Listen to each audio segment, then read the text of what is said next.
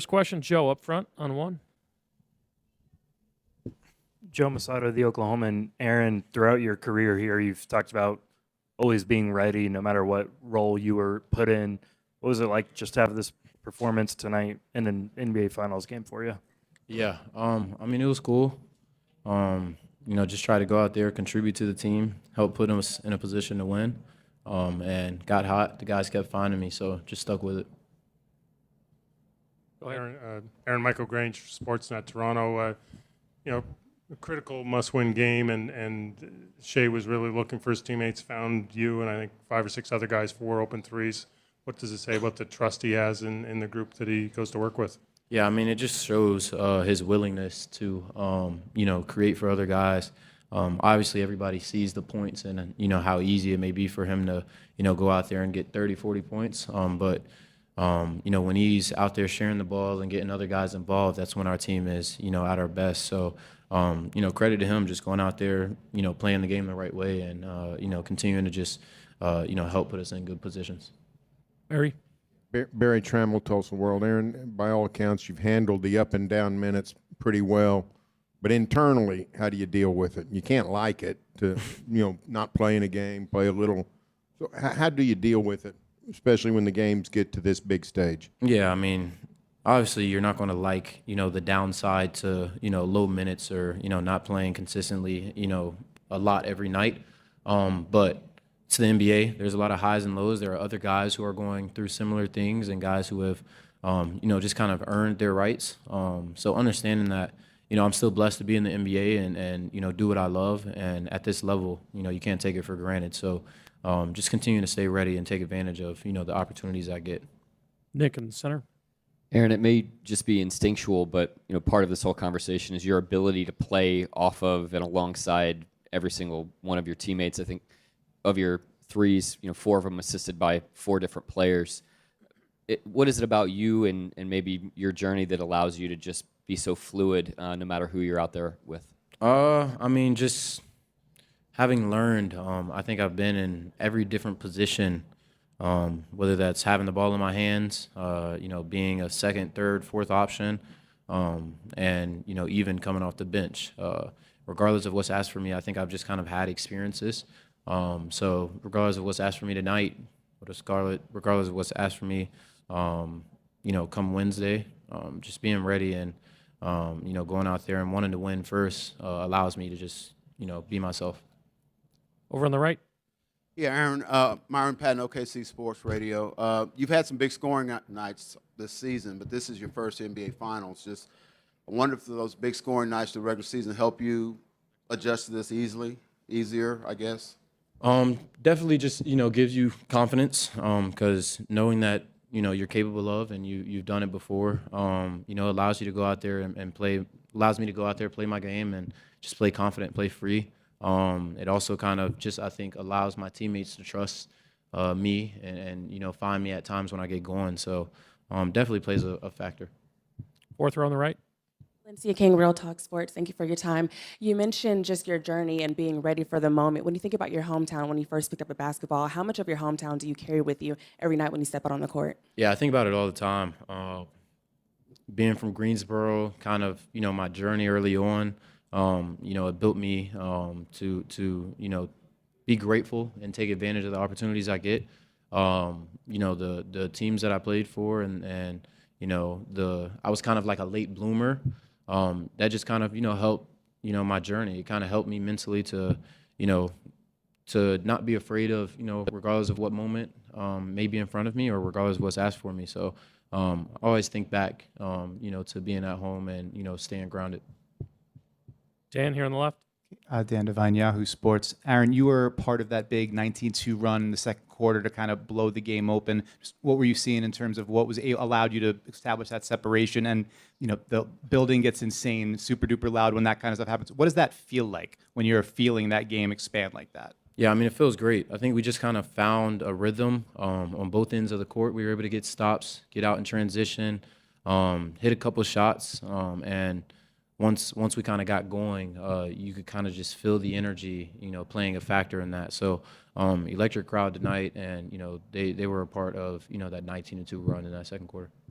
Last two questions. Third row on the left and in the front. Ramon, Deportes en Línea, Dominican Republic. And during the game, you were able to have a lead for 15 plus points. During the third quarter, do you have in your mind that probably Indiana could make the comeback again? I mean, yeah, the game's not over.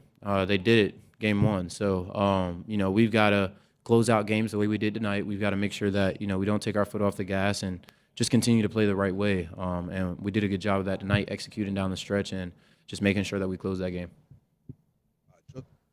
Joseph Pavone, clutch points. Aaron, we talked about the big scoring nights you had during the regular season, and coming into this game, or I should say throughout this entire postseason. Is there an ups and downs kind of flow to that in the sense that you're sort of itching to put a performance together like this, or is it just sort of those any game this could happen and that's your mindset going in? Yeah, I mean, win first mentality for me. So not thinking about how many points I'm going to score or what it looks like. Just want to go out there and play more than anything. So if I score 0 points but I get 15 rebounds and I'm playing 20 minutes, I'm happy. Not itching to have a big game by any means. Just trying to help the team win. Thank you. Thank you.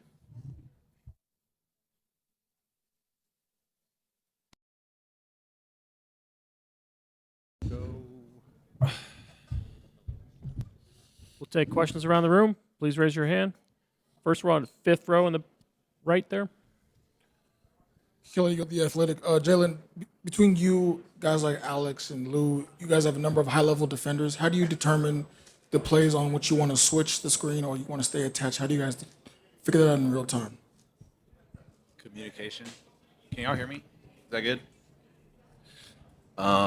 Just communication, I think, is the biggest part of that.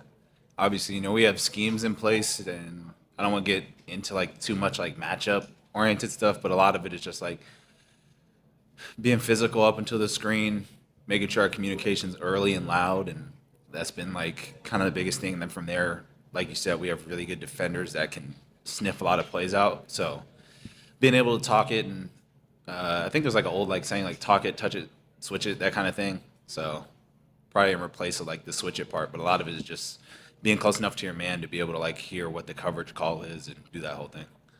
Barry? Yeah, Barry Trammell, Tulsa World. Jalen, I'm sure you got 1,000 things to worry about getting ready for a game 2. Minutes is not one of them. You're going to play a big chunk of the game. Aaron Wiggins, not that way. Doesn't know if he's going to play, doesn't know how much. He gets thrown out there and has a game like he has. How much do you respect a guy that can come out and just cold call play like that? It's the hardest job in the league, I feel like. I think it goes underrated. That's a really good question. That goes really underrated. It's really hard to stay engaged and stay ready. And for him to be able to do that on the biggest stage that he's ever played on and have a really good game, he's a very special player. So I always keep that in mind. And yeah, it's a really tough job, and he does it very well. Fred, over here on the left. Jalen, Fred Katz from The Athletic. Over. I'm sure there have been, obviously you've competed against Alex Caruso as an opponent. I'm sure there have been times where drills, scrimmages, whatever, where you guys have been on opposite teams. What is that feeling like when you have to dribble and Alex Caruso is right in front of you? I don't know. I'd be frying AC, so I don't really know. No, but he's a really good defender. Great hands, good feet, physical, smart. So when you add all that together and the amount of years that he's been in the league, I can imagine it's probably a little uncomfortable. Jenny, front right. Hey, Jalen, Jenny Carlson with the Oklahoma. There was a stretch there in the fourth where Tyrese got going a little bit, but with the exception of that, you guys held him well in check, not just points-wise, but really not affecting the game as much as he's capable of. What's key against him? I mean, I know on-the-ball defense is important, but what else has to happen to keep him at bay like you guys did for 3+ quarters tonight?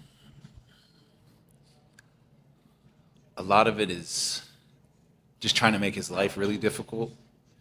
Kind of the same way they're doing with me and Shea, and just us in general. He's a good player. He's gonna affect the game without even, even if he has an off night, him being on the floor, he's gonna have some type of impact on the game. So a lot of it is just trying to make it really hard for him to get to spots and understanding what he likes to do and try and turn that off. But like I said, he's a good player. He's gonna be out there. Just him being out there, he's gonna affect how we play defense. So I think taking that into account is big for us. 7th row on the right. Jalen over here, Myron Patton, OKC Sports. You guys have talked about how you really have to stay engaged. You know, a lead is never safe with them. It's part of the problem, too, that they really test your defense because it seems like at all times they've got 5 guys that they all can score. You can't really take a break on any of these guys. Yeah. Like I've been saying, they're really similar in how we play, too. So we've been able to understand that. I think the last game they had a lot of guys in double figures. That's what makes them dangerous. The same way that we have like Aaron Wiggins and guys that don't play that can come in at any moment, they have kind of the same thing going for them. So we just got to understand that and be ready throughout the whole entire game. Tim, right here. Tim McMahon, ESPN. Dub with Shea, they're obviously, like you said, throwing a lot of stuff at him. What did you think of kind of his decision making tonight as far as like when to attack, when to split double teams, when to get off the ball, and let you other guys make plays? He's just getting better and better, which is very impressive.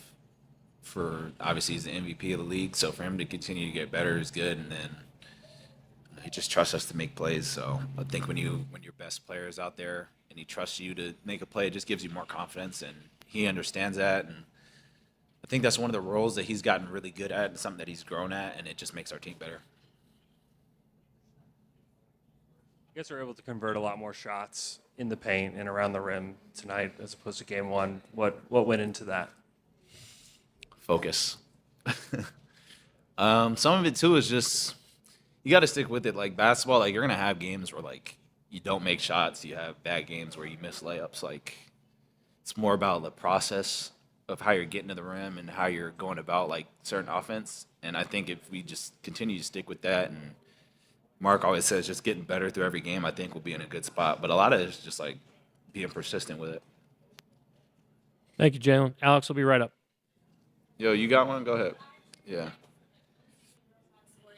I asked Shea about if the momentum will carry over into Indiana or if it's a reset. He said it's a reset. So I'll ask you, as one of the leaders on this team, how do you guys go into Indiana, reset, and keep that extreme focus? The biggest thing is understanding your opponent and where their heads are at and try and put yourself in their shoes.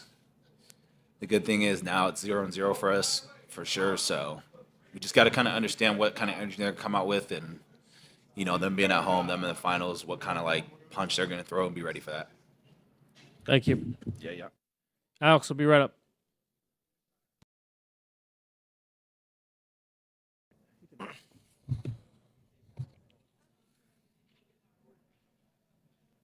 Joel up in the front on the right. Joel Lorenzi, the Oklahoman. AC, what have you learned through 2 games about what it sort of takes to play with a lead against Indiana, and what sort of urgency did you sense from that group that started the second quarter?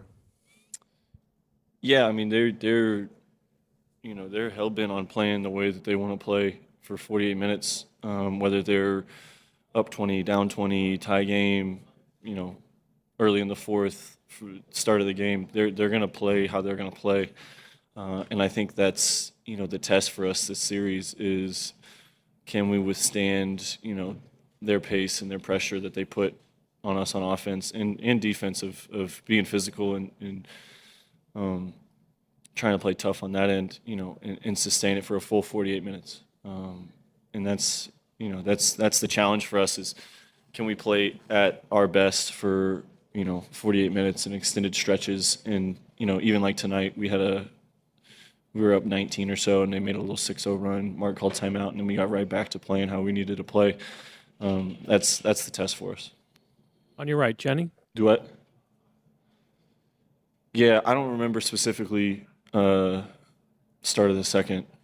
Was that like our Dub, me, Queso, Wiggs? Yeah, we've played that lineup a lot through the playoffs, and Mark went back to it just because, we've had a lot of success. Me and Kaysen do a good job of kind of mixing it up with whoever's the lead guards, and then, Dub has great hands, and then I'm not sure if it was Cheddar Hart, but, we just have versatility on the lineup, and it lets Wiggins, let Wiggs get loose a little bit too.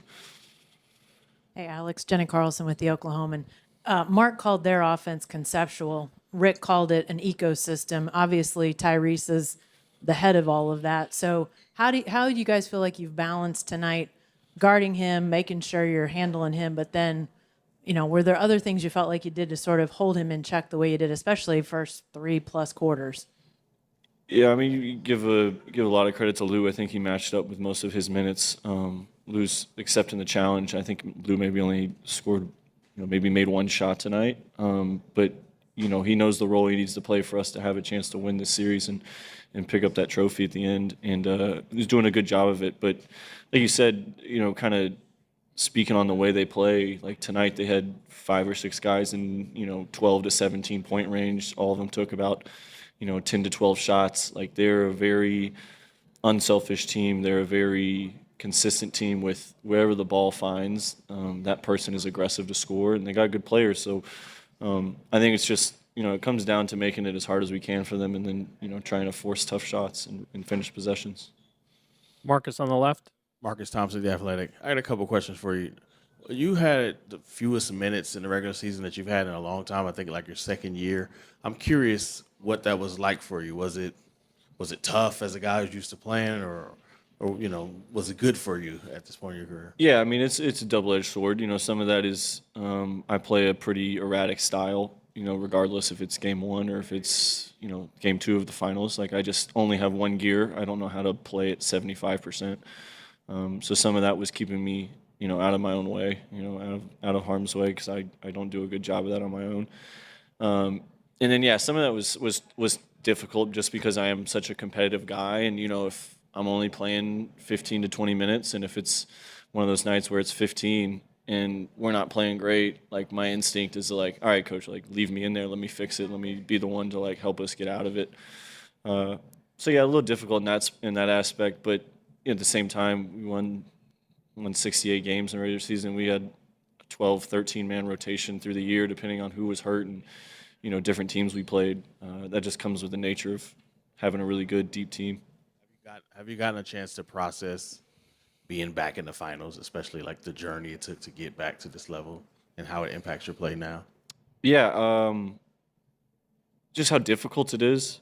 It's not easy to make the playoffs. It's not easy to win a series. It's not easy to advance to the finals. Like, all of that shouldn't be taken for granted. And I keep seeing people for the first time this postseason, like people that I know or don't know, and they say congratulations. And I truly don't want them to tell me congratulations until the series is over and we've won. Like, I don't feel like we've accomplished anything until we win 4 games.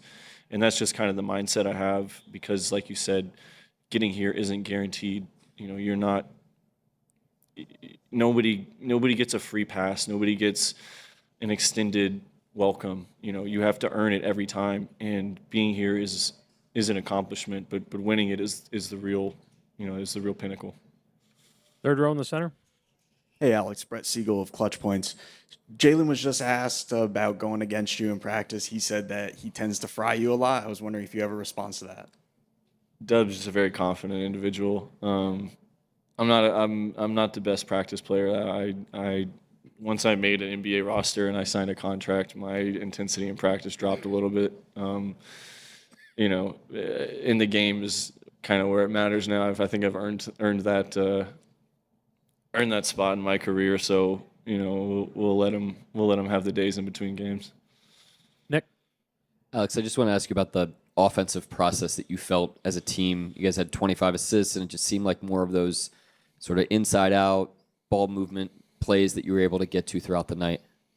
Yeah, I mean, that was something that we touched on last post game when I was up here, just about, I felt like we were playing in crowds a little bit. We felt like we were, forcing one, good. We weren't respecting good defense when we were driving to the basket, and there were guys that were open, and, maybe a little bit was that wanting to win the game so badly first night in game 1 that, we overlooked how we've played all year. And I think tonight was a better representation of how we play, and that's probably why we had good rhythm with shots going in and the ability to play inside out. Thank you, Alex. Good. Thanks. This concludes the session in here for tonight. Safe travels to everybody.